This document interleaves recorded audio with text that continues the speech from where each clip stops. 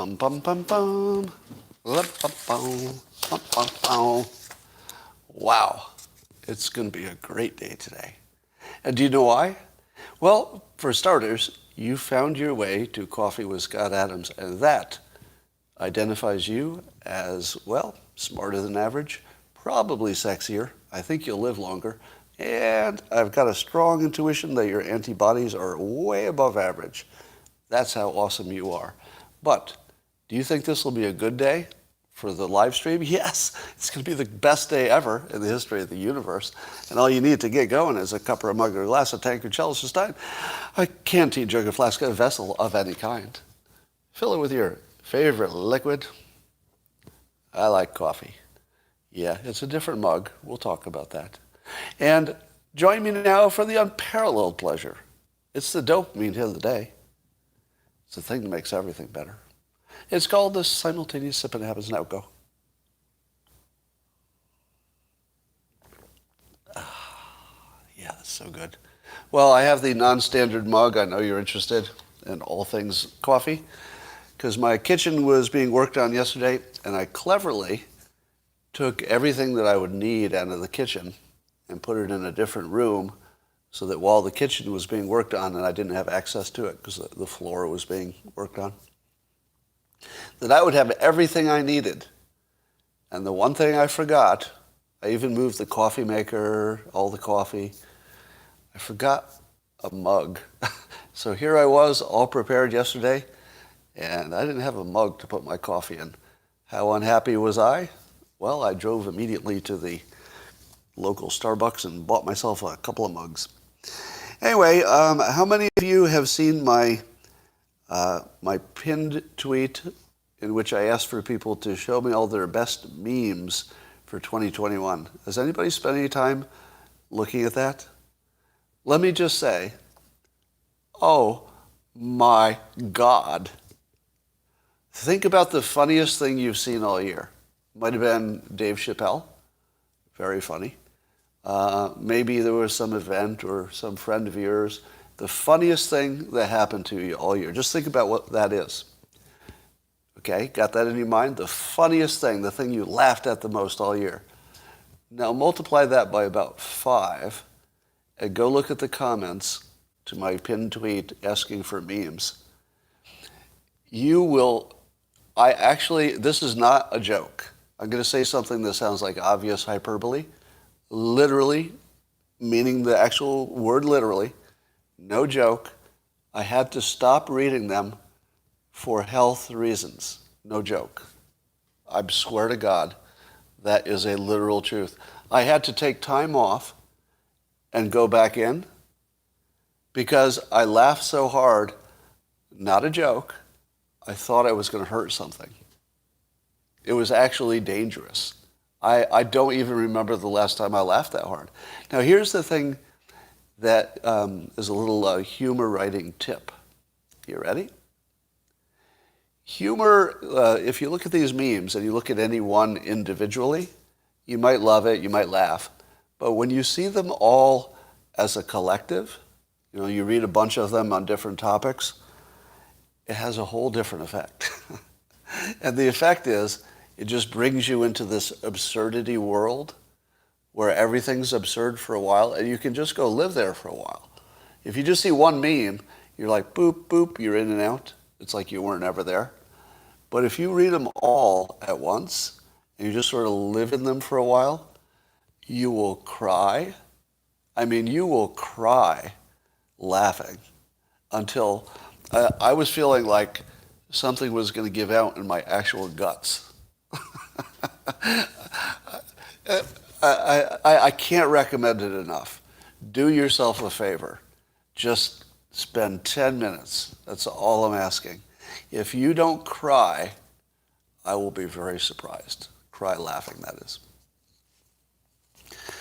Speaking of things to laugh at, I was reading an article, I think it was in BuzzFeed, in which women were saying what they also saw in Pete Davidson. Pete Davidson has been dating a bunch of A-list celebrity women that you would say to yourself, or at least men tend to say this, how does he get all these women? right? And so women were asked what they saw in him. But and I love some of the answers. For example, he's such a mess. I mean, I'm paraphrasing the answers, so this is my words, but this idea, that he's such a mess that you're pretty sure he won't judge you. What do you think of that? He's such a basket case, which, he's very overt about, very transparent. He'll tell you what a basket case he is and has been. And that it makes you comfortable around him. True? I think so. I think you're more comfortable around people who clearly have more problems than you do. That's one thing. Now, he's also tall, he's successful, he's funny, he's getting rich, which didn't matter to the specific women he was with. But, you can see all those things as well. But here's the funniest part. Somebody in it was a tweet that was part of the article, somebody described Pete Davidson as looking like a wet cigarette.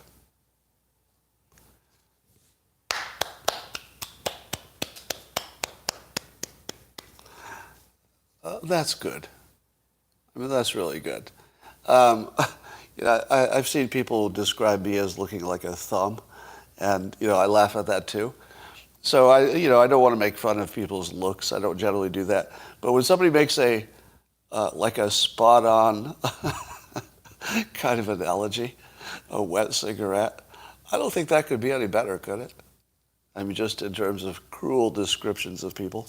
I've been on the receiving end of lots of cruel descriptions, and I can tell you that when they're done well, they're actually just hilarious, even if it's about you. So I'd like to think that he would laugh at that too, because it's just so clever. So I think that women know that he's not going to think he's better than them. And somebody else said he's a nice guy, but he's sort of confident in who he is. Have you ever heard the phrase, people are comfortable in their own skin? In other words, it doesn't matter who you are, but are you comfortable being that person? And if you are, other people are comfortable around you. Now, I'm not sure that describes Pete Davidson, because that would require reading his mind, and we can't do that. But I would say it looks like that, from the outside. It looks like he's someone who's completely confident that he is just him, and he's not anybody else, and he's not trying to be. So the fact that he's putting no effort into trying to look like somebody else, I think that gives him a little credit, doesn't it? I think he's likable. I mean, I like everybody with a sense of humor. So I know I would like him if he were in the same room. So you got that. But here's the other thing that I think people are missing in the story.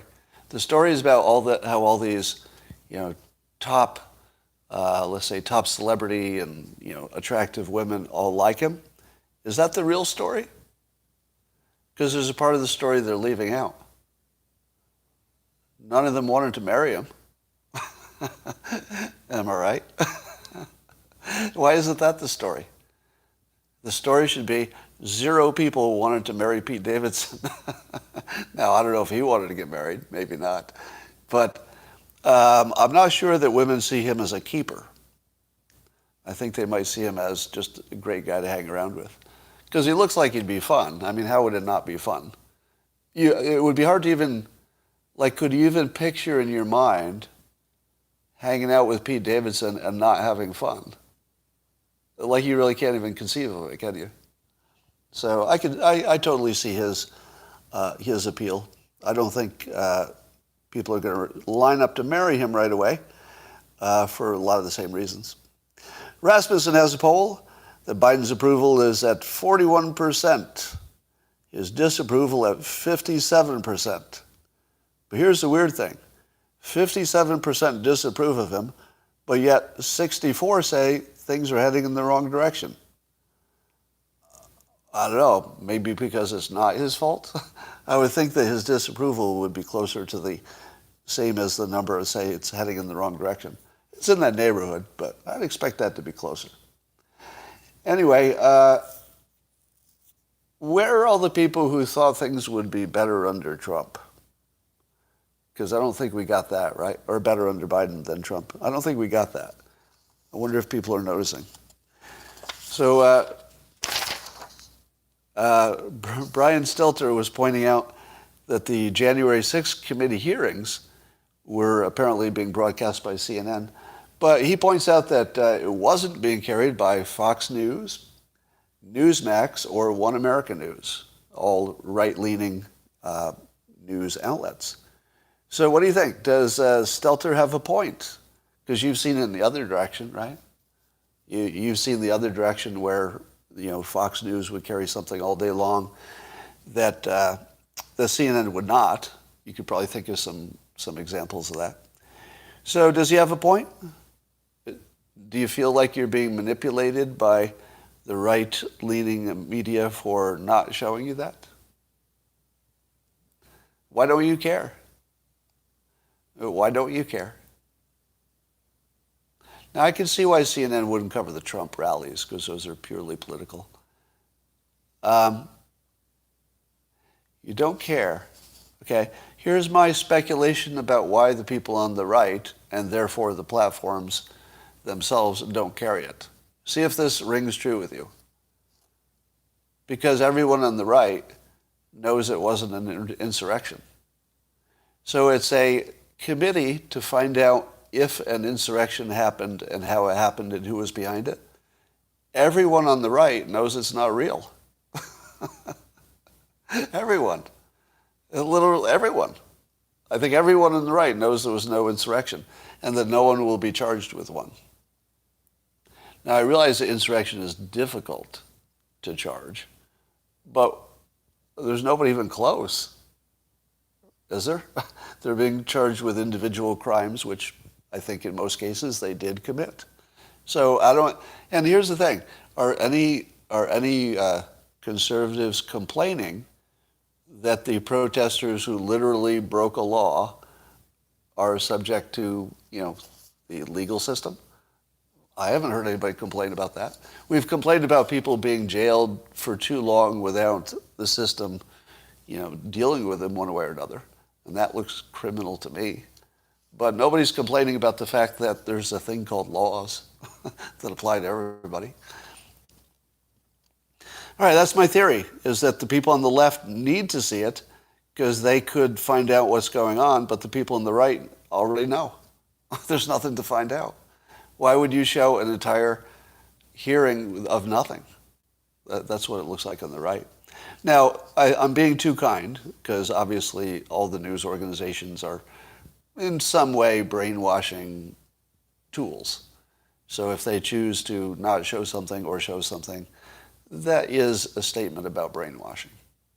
But in this case, CNN is doing the brainwashing, and the other entities already said everything they need to say. There's nothing there except individual crimes, which need to be dealt with. All right, here are some examples of recent mass brainwashing operations. And by the way, I think we need to get away from our old words about the so-called news networks and social media collectively. They're not really about news anymore, are they? I think it would be more accurate, and without hyperbole, right? I'm going to try to be just straightforward on the facts and not exaggerate them. It'll sound like an exaggeration, but I'm not trying to do that. I'm honestly trying to not exaggerate. I think the things we used to call the news are so clearly now just brainwashing operations that I have trouble even considering them as news entities. They just look like a brainwashing operation going in different directions. That's all it looks like to me. Now, there is news there, which gives them, a reason or a cover story for existing, I guess. But listen to all these, in my opinion, these are brainwashing operations, meaning that somebody intentionally said, let's convince somebody of something that's not true, right? As opposed to just fake news where it's just not true. But somebody actually decided specifically, let's see if we can sell this not true thing. You had the Russia collusion hoax. They knew that wasn't true.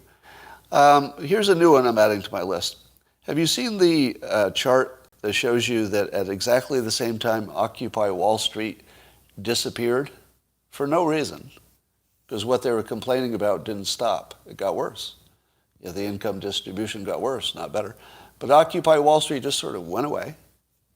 And then it was replaced with critical race theory and Black Lives Matter and race, everything's race. Okay? That's not natural. That's a brainwashing operation. Obviously, somebody decided Occupy Wall Street didn't work as a frame, and so they came up with a new frame. I don't know who they is. You could guess it's Soros. I know you're going to say Soros. I don't have personal reason to believe he's the one cause of all this stuff. But clearly there were numbers of people in important places that thought that race was going to be the new frame. And so I would call that a brainwashing operation because not much changed, right? From 2 years ago, I don't know that much changed, but suddenly it's the biggest topic in the world. So that screams brainwashing operation. You saw the Waukesha story disappear. That's a brainwashing operation. They just make an inconvenient narrative disappear. Of course, the Fine People hoax, the drinking bleach hoax were two big brainwashing operations that worked on the left and worked a little bit on the right, amazingly. And then the thought that the courts have validated the election. That's a brainwashing operation. I think half of the country thinks that the courts looked at the election and decided it was fair. Nothing like that happened, right? There were just a few cases brought to the courts, and in the most cases, most of them they didn't have standing, or it was too late, or there was a reason that the court couldn't look at it, or it was too early before anybody had audited anything. But basically, the courts looked at a whole bunch of nothing. There was a lot of it, but all of it added up to nothing. So they can't prove there was no election problems. They can only prove they didn't judge that there was any, which is different. All right, so those are just some examples. Yeah, I just don't even see the news anymore as even intending to give you news. It looks like the intention is to brainwash. All right. I was talking to a gentleman online who had been brainwashed to believe there was an insurrection. And when I said it was a weird insurrection because the most armed segment of American life didn't bring weapons, and I was corrected that there were actually 6 guns were retrieved from the protesters. We assumed there were more, but 6 were discovered. Do you know how they discovered them? Well, it wasn't because anybody had one out. I think they were probably arrested for other reasons or whatever and had guns. But this was given to me as a reason to believe it was an armed insurrection, that they'd found 6 guns. And I pointed out that 6 guns is roughly the amount of guns in a Texas Walmart on any given moment. Am I wrong? If you go into a Walmart in Texas, do you think there are 6 guns in there? I'll bet. And then how many are in the parking lot? 6 guns in the building, but how many are in the parking lot? Oh, 100. That's probably every Walmart. So now that doesn't mean anything that there were 6 guns in a gigantic gathering of conservatives. Conservatives bring guns in case they need them. It's just standard procedure for a lot of people. True or false? The public needs an advocate for getting us out of the pandemic constraints. The public needs an advocate. What we have are elected representatives. They're the wrong people. Not by personality and not by competence. The problem here is that the public, and this is a rare situation, where the public's interest is just not the same as the government's interest. Normally, they're really in lockstep. Normally, the government has to do a good job for the people in a way that the people can observe and see, and that will help them get elected and would be good for the politicians. So we've designed a really good system, compared to the alternatives. The republic with, our democratic processes within is really good, really good. With flaws, of course, but the best we have. But Here's the problem. The government has to manage for minimum death. What does everybody say is the number one job of a government? Protect the citizens. Am I right? Everybody would agree with that. The number one job of government is to protect the citizens. Somebody says it's not. Really? You would disagree with that statement? I'm saying that's if you listen to any politician, they will tell you that their job is to protect people. Now, that doesn't mean take their freedom away, right? That means protect them. Make sure you've got law enforcement. Make sure you have a national defense. Make sure, maybe OSHA and stuff. Make sure that you're not doing obviously dangerous things that are just ridiculous. Now, of course, they might go too far, and that's another conversation. Go too far in trying to keep you safe. And I think that's our exact situation here. What the public wants is an objective risk management decision based on the best information. And for most of us, that would indicate opening up sooner than the government wants. Am I right? That the public, not everybody, but the public, I'd say the consensus is clearly on the side of opening up sooner than later. Would you agree with that? I could be wrong about that, but I think that's true. I see one wrong. But if the public were sure that they were safe enough, I'm pretty sure that they'd all be on that side. Now, here's the problem.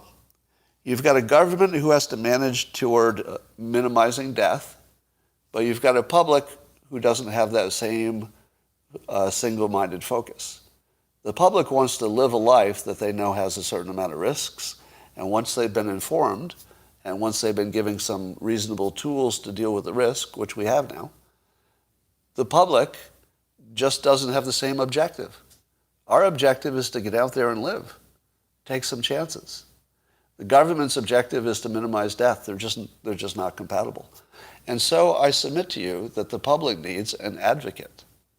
Actually, somebody whose job it is, I don't know how they would ever be, appointed or self-appointed or something, so that somebody can negotiate directly with the government, because the government are not our representatives on this specific question.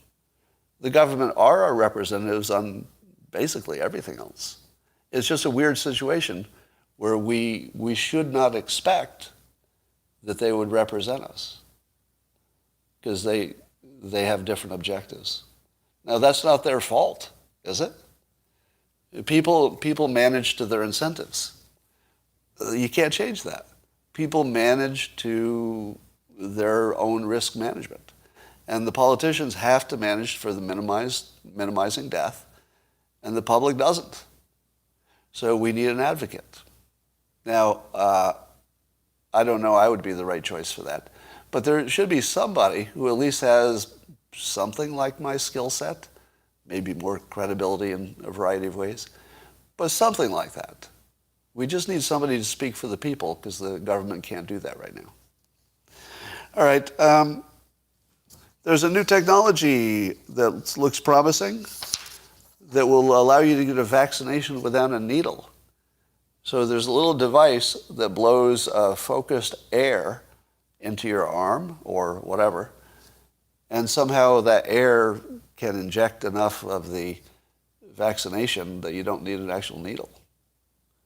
And as others have observed, we humans are rationalizers. We're not really rational people. And I do suspect that, I'm just going to throw a wild-ass number out. This has no data or anything. It's just based on living in the world. I will bet you that of the vaccine resistors, 25% of them it's about the needle. They won't say that necessarily. They might make an argument for risk management, et cetera. But I feel like at least 25% have a needle fear that has influenced them to think they have some other reason. That would be normal, by the way. That would just be how a normal brain would work. You would rationalize that stuff and make it think that you're making a rational decision. Air bubbles in veins, I don't know. I guess they figured that out somehow. It's not like they're shooting into a vein. It looks like they're shooting into your skin somehow. That's way too high, Scott. What would you say, 10%? 10% maybe just have fear of needles? Fear of needles is a big thing. Somebody says 2%, maybe. I don't know. But for some people who actually maybe would want the vaccination but are afraid of the needles, that might make a difference to them. Again, I'm not recommending you get vaccinated. Let me say that as often as I need to. I'll give you the pros and cons as they develop. So this is on the pro side, but it doesn't mean you should do it. It just means that there's lots of pros and cons, and maybe you should be aware of them all, and then make your own decision. All right. Let's see what else is going on. Here's the name of that company that's making that air vaccination thing that just blows air into you. It's Diosynvax, Diosyn, like synthetic, Vax. And let me give you some advice. I'm going to give some corporate advice here to this company. So you can just watch, but this is intended for the CEO of Diosynvax. If you're trying to make a device to get the people who don't want vaccinations, and a lot of them would be Christian, you don't want to name your company Diosynvax.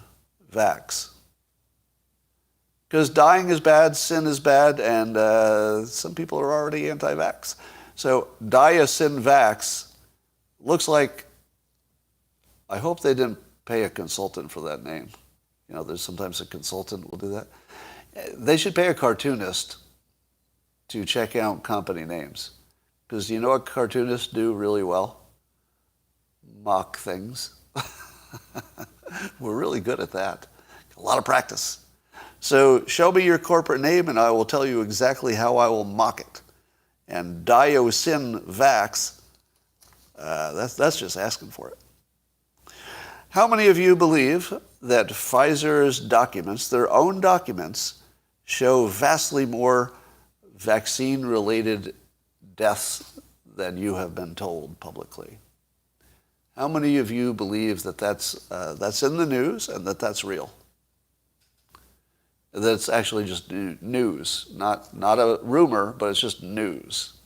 How many of you think it's a fact that we now know that Pfizer's own data shows that vaccinations are killing way more people than had been reported before? How many think that's a fact?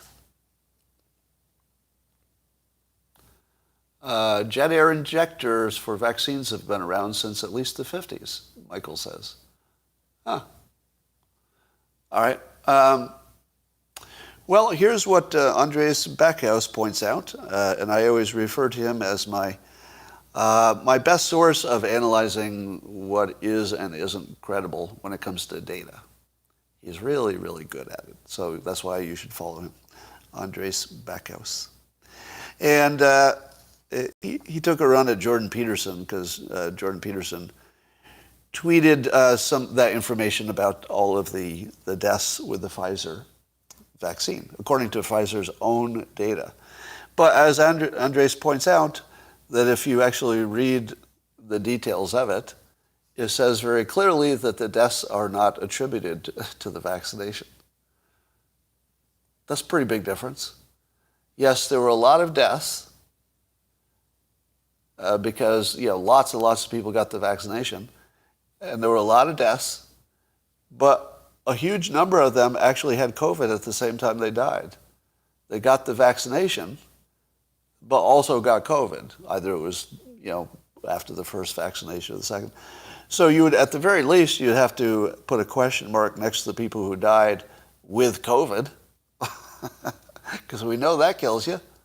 How do you know it was the COVID and not the vaccination, or the vaccination and not the COVID? We don't, right? So the point is that these big numbers are simply the people we know died. It's not the people we know died because of the vaccination. If a lot of them actually had COVID, that's pretty pretty questionable. Now, am I telling you that these vaccinations are safe? No, don't hear that. Remember, this is not the show that goes binary. Things are not all good or all bad. Sometimes things can be a little good and a little bit bad. That's the theme of this live stream anyway. And you should not believe that these numbers display an actual number of deaths. It could be, but it's unlikely. It's unlikely. It's very unlikely, like deeply unlikely.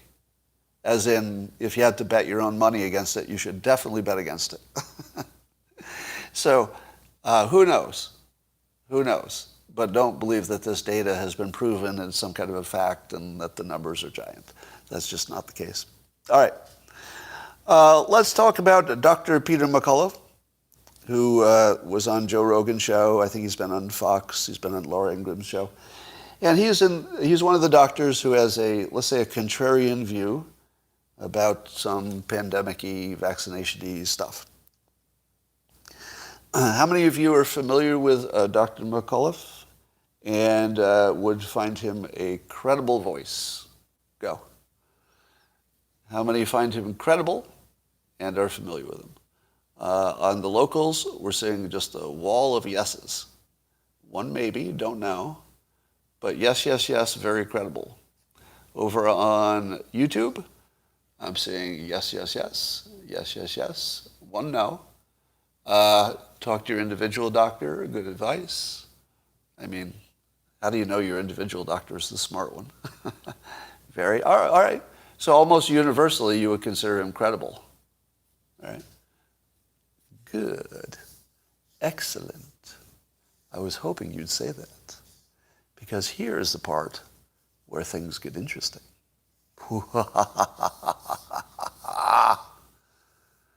Okay? Here's my opinion about his credibility. I don't know. How would I know? Like, if he says a bunch of doctory, smart-sounding things, how would I know if it's true? No, I have no way to know.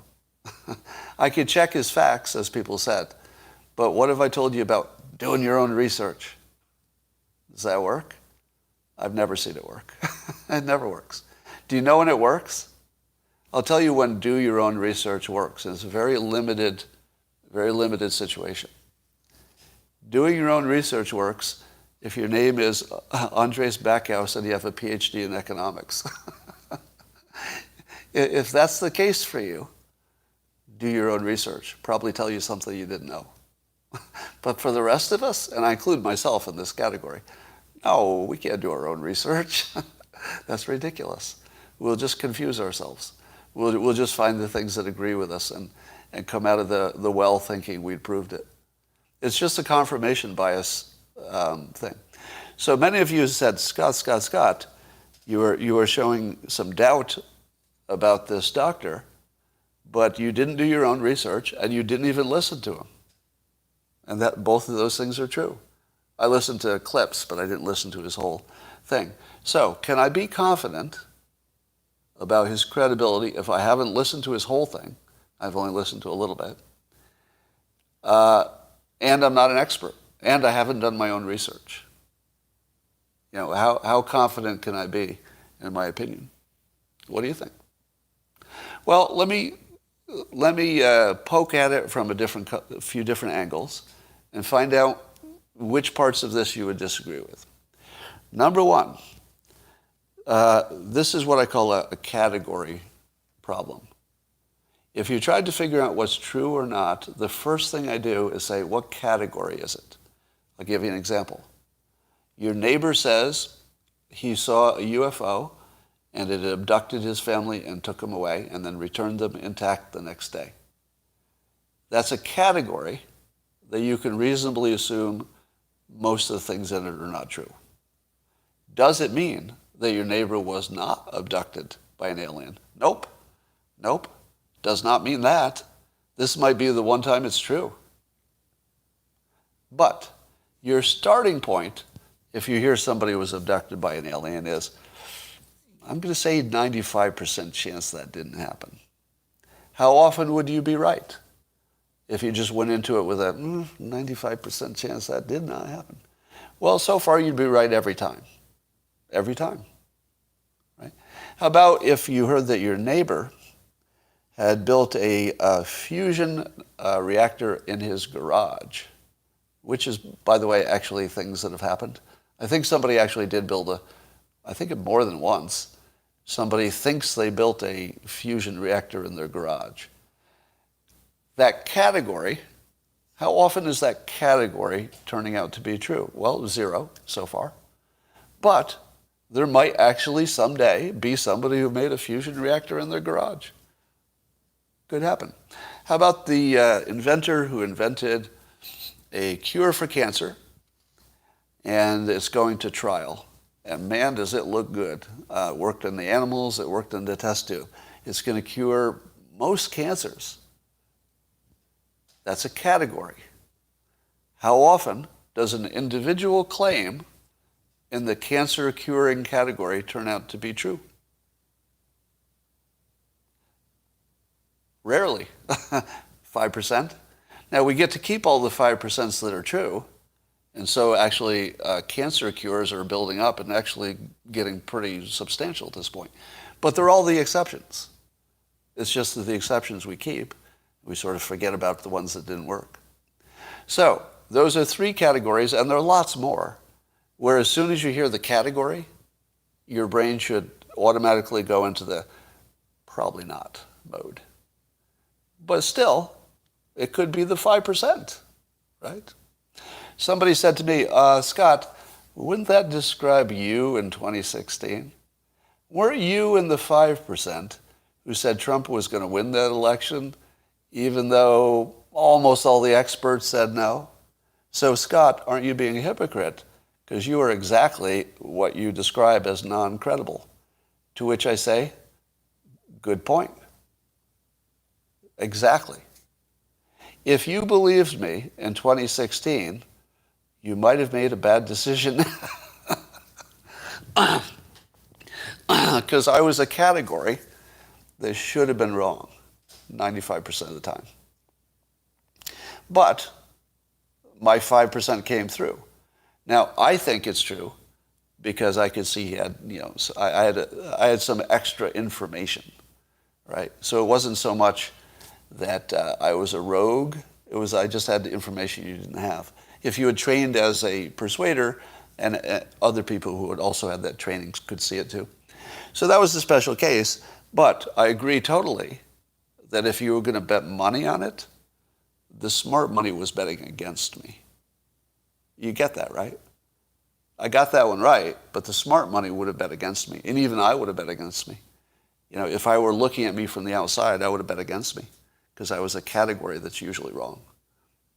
All right. So I say also that the rogue doctor category, the doctor who is saying things that are quite different than the mainstream, is a category that is 95% wrong. So if you're going to bet against it every time. 5% of the time you'll lose your bet. Now, is Dr. McCullough in the 5% or the 95%? I don't know. I don't know. How would I know? How do you know? How could anybody know? It's unknowable. I'll tell you what people said to me. They said, Scott, listen to the whole thing. If you listen to the whole thing, it's way more credible. Do I agree? Absolutely. If you listen to the entire presentation of anybody who is wrong, it will look really credible by the time you're done. Also, anybody who's right. Those two will look the same to you. Because you can't really judge this rogue doctor. If he makes a claim, I'm not going to look it up. I mean, I could, but I'm not. So be very, very careful. Now, let me give you a couple of hints that are by no means the end of the story.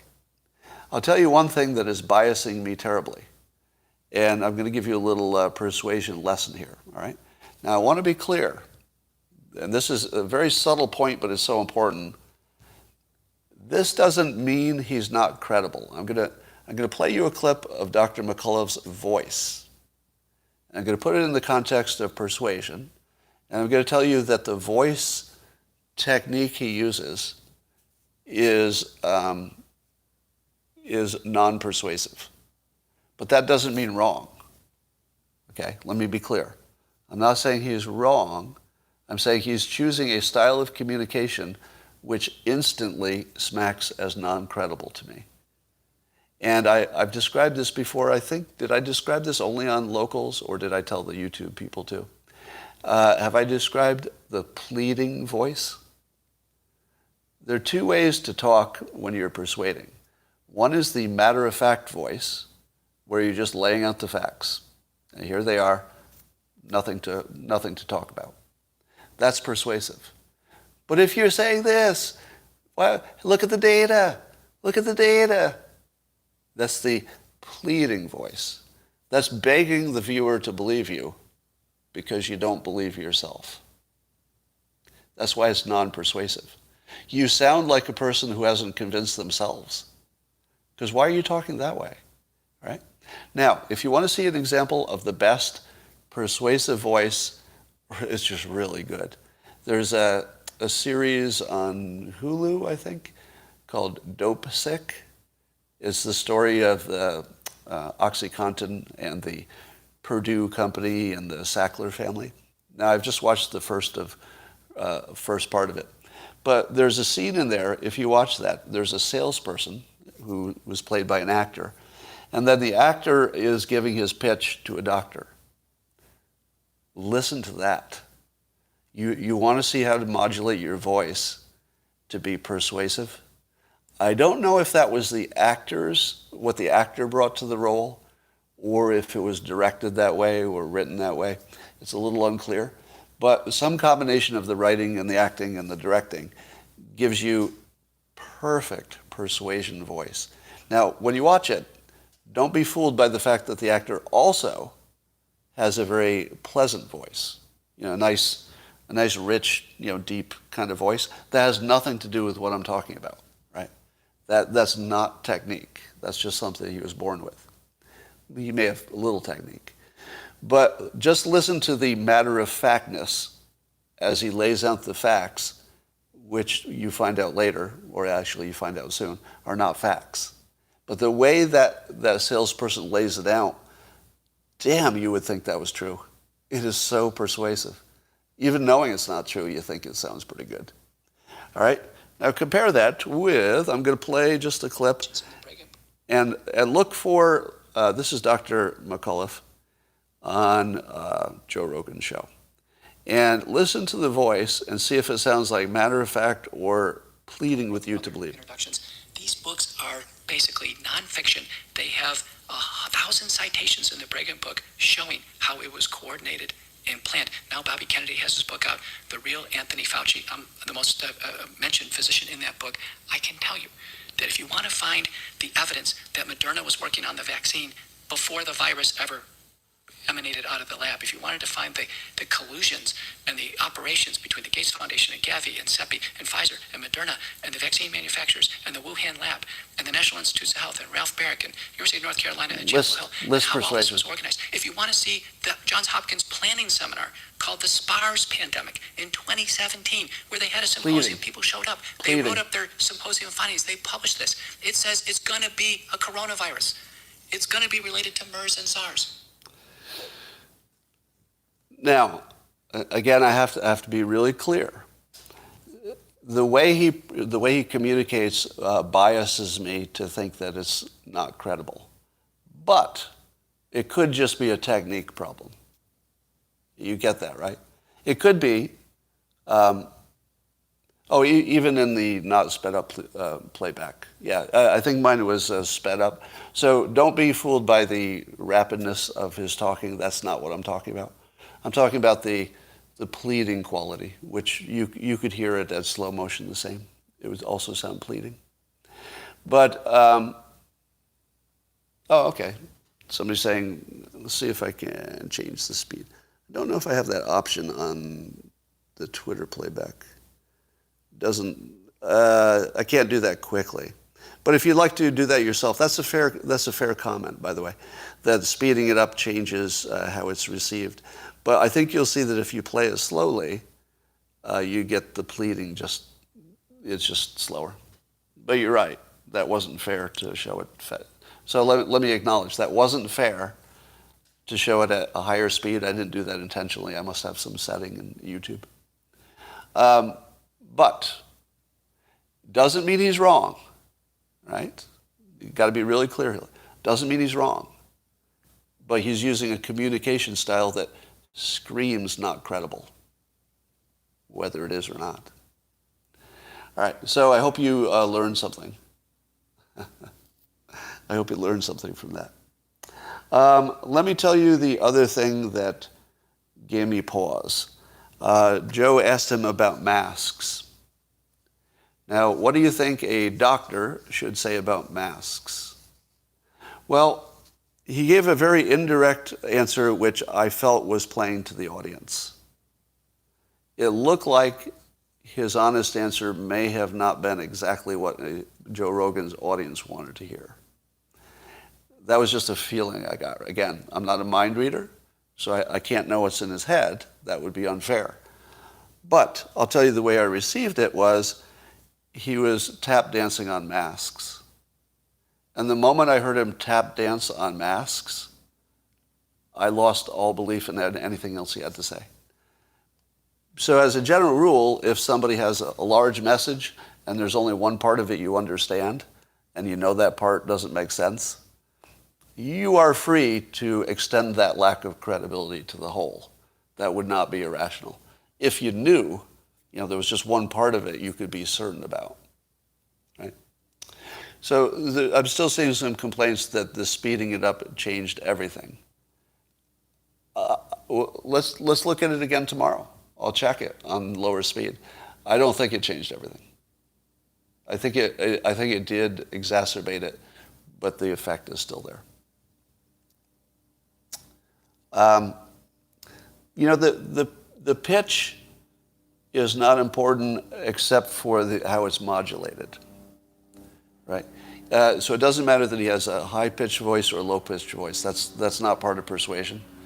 The low-pitched executive voice, it can have a little persuasive value, but you don't really need that. It's optional. He has a great track record with his COVID patients. Do you know who else has a great track record with their COVID patients? Everybody. Because we've got really good treatments now. Plus, most people get better. All right. By the way, Dope Sick, that is really well done. I thought that I wouldn't like it because it was just going to be sad and poorly made, but it's actually made so well. Just the artistry of making it is really high, so it's really good to watch. All right.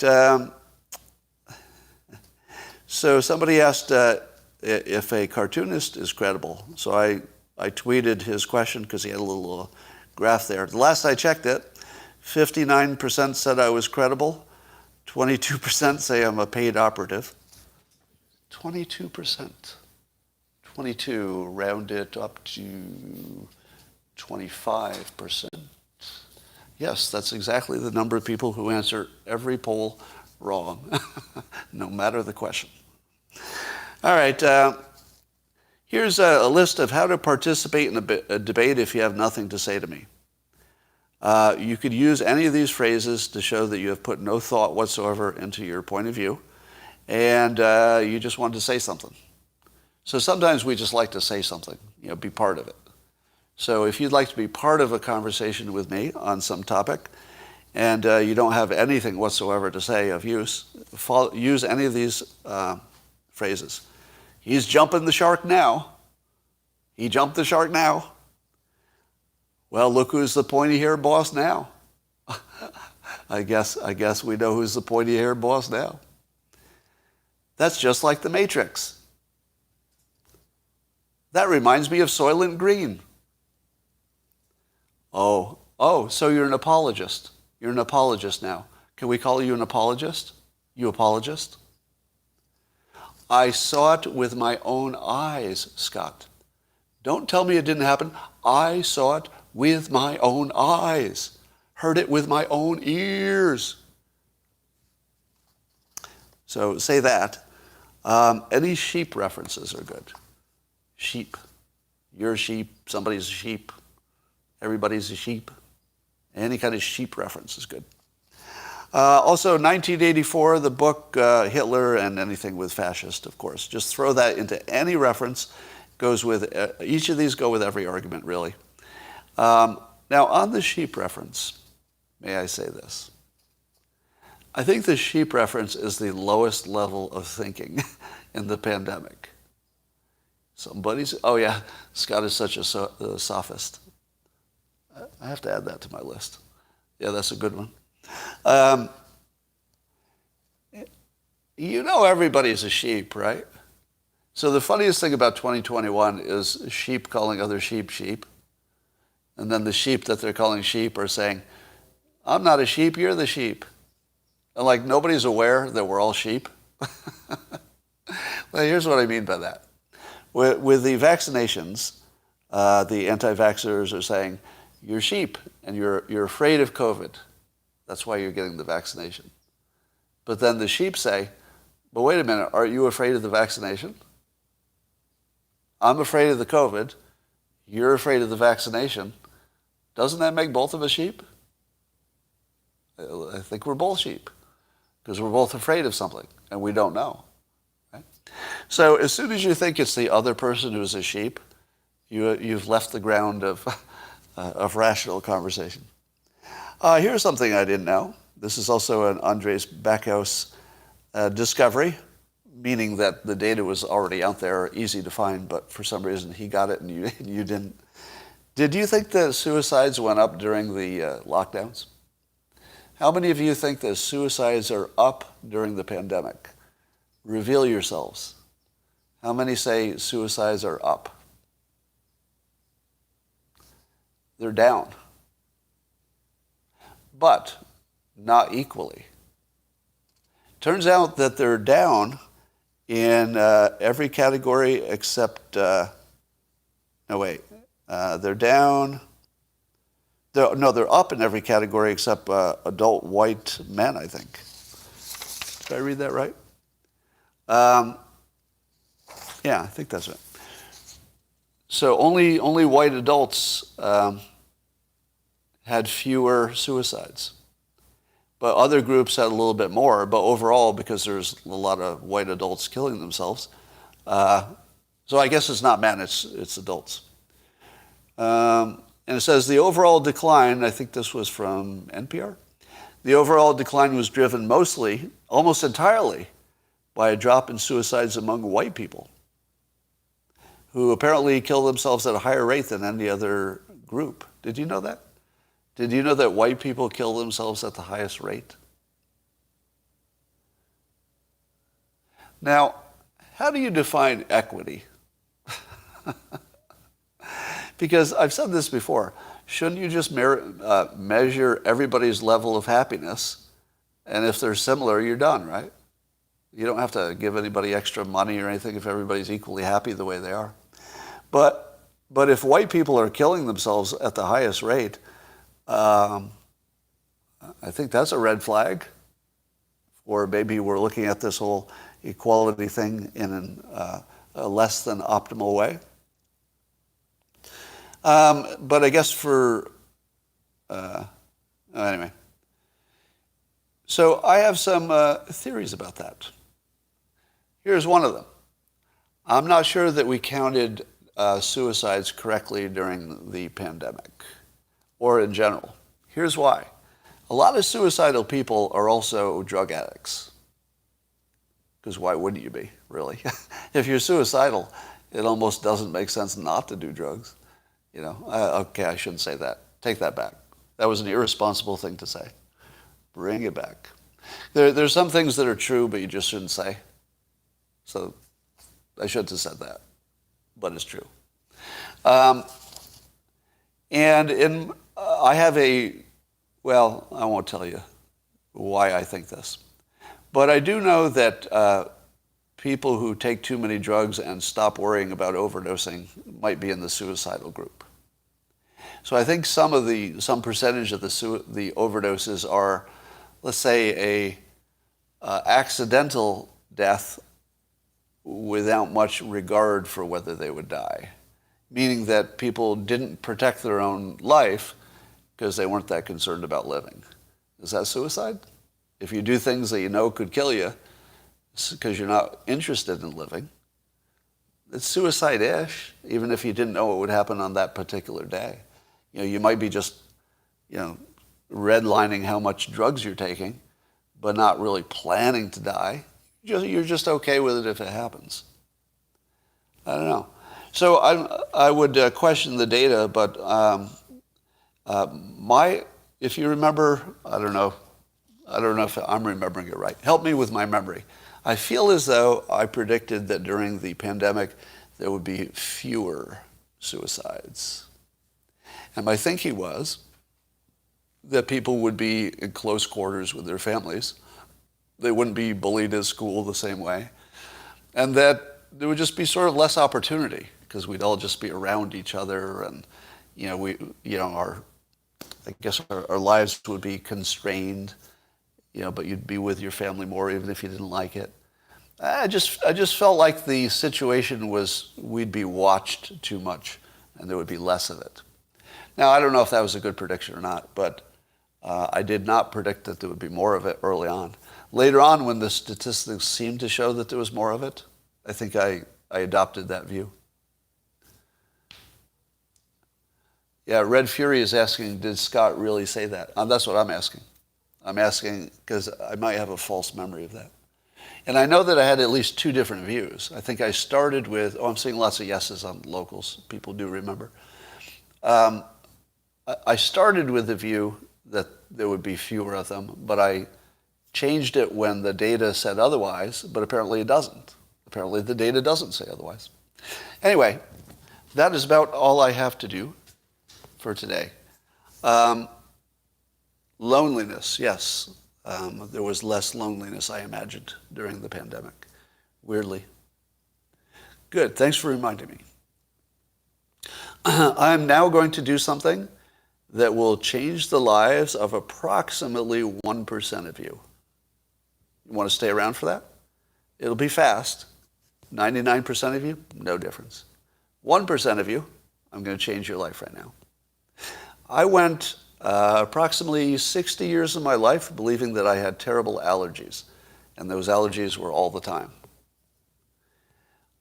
I started experimenting by cutting out different food groups to see if maybe I had a food allergy that I was fooling myself into thinking it was just, some kind of grass allergy or something. And finally, I took out of my life one item, which was salad dressing. It turns out salad dressing has this additive called sulfites. I think it's keeps it from spoiling or something. So sulfites.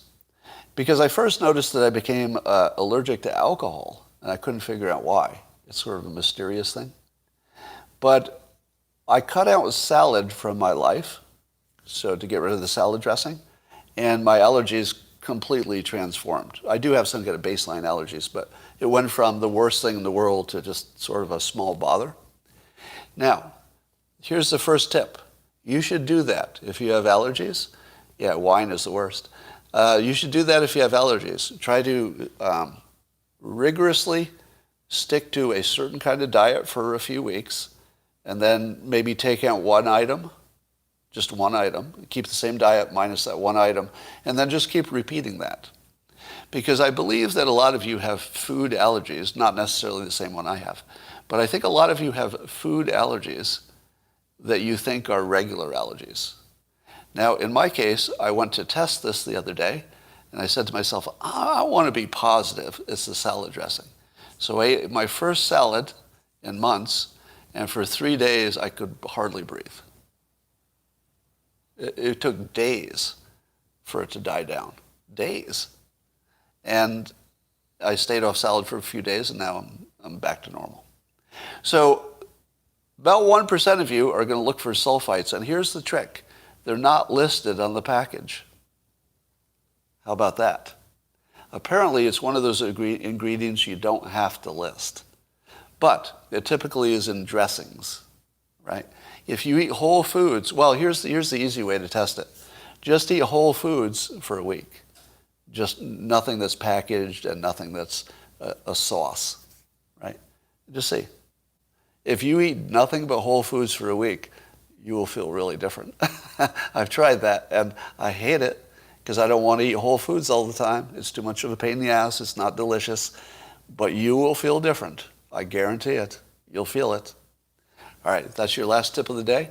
I got to run and do something. Bye for now.